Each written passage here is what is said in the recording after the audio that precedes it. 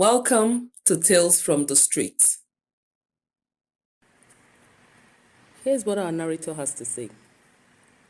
If you are female and went to a boarding house in the 80s, 90s, maybe even early 2000s, you may have heard about Lady Koi Koi. Who is Lady Koi Koi? She's the young lady, a teacher we were told, who was said to have been jilted by her lover as she was preparing for her wedding. She was all dressed up, the story goes, when she was told her husband-to-be had married another person. She was said to have walked in a daze out of the house, was hit by an oncoming car, and her footsteps have since been echoing the corridors of boarding house hostels for years. We would hear her at the beginning of the corridor and listen as her steps receded. Then she would start again at the beginning of the corridor. We never heard her steps as she returned. She always began her koi, koi steps at the beginning of the corridor, then all the way down. I was about 12 years old when I came across the story, and I believed it. What was there not to believe? I was young, impressionable. I had heard koi koi sounds many nights after lights out. Everyone in my dorm had too, so we all believed it.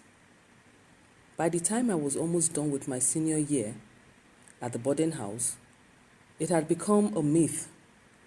Several students in our boarding schools, in other boarding schools all over the nation, had also heard about her and had heard her, and we concluded that it was someone playing practical jokes on us. She became a sort of Miss Havisham, the character in Charles Dickens' book, Great Expectations. To be honest, I had my doubts about Lady Koi Koi's story, and it didn't leave my mind. I doubted that she was a myth.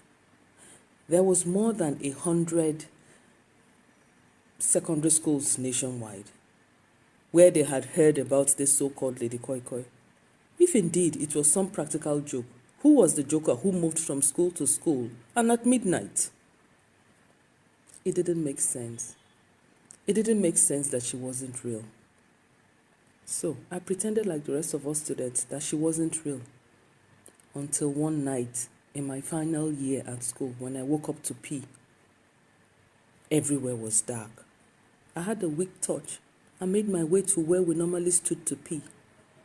At night, we dare not go to the toilet, which was at the very end of the long corridor. So that day, as I stood to pee, I heard Lady Koi Koi approaching, and I froze.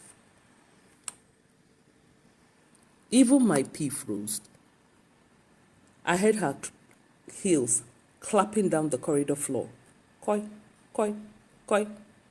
My head swelled, as in I felt it increase in size. I couldn't run. I couldn't shout. I just stood with my weak torchlight. Then I saw her. Well, I saw a form. I saw red-heeled shoes. I saw something white, like a veil, and she was gone. Did I scream? Scream, okay. No. I just walked quietly to my bed and covered up. I was shaking like a leaf. I never said a word to anybody. Nobody. Why? They would laugh at me, and they would never believe me. Till I left that school. I never got to take a midnight piece. I never got up. If it worried me, I would just hold the piece in and pray for day to break. So why am I talking about Lady Koi Koi many years after school? Something happened in my family back some time ago.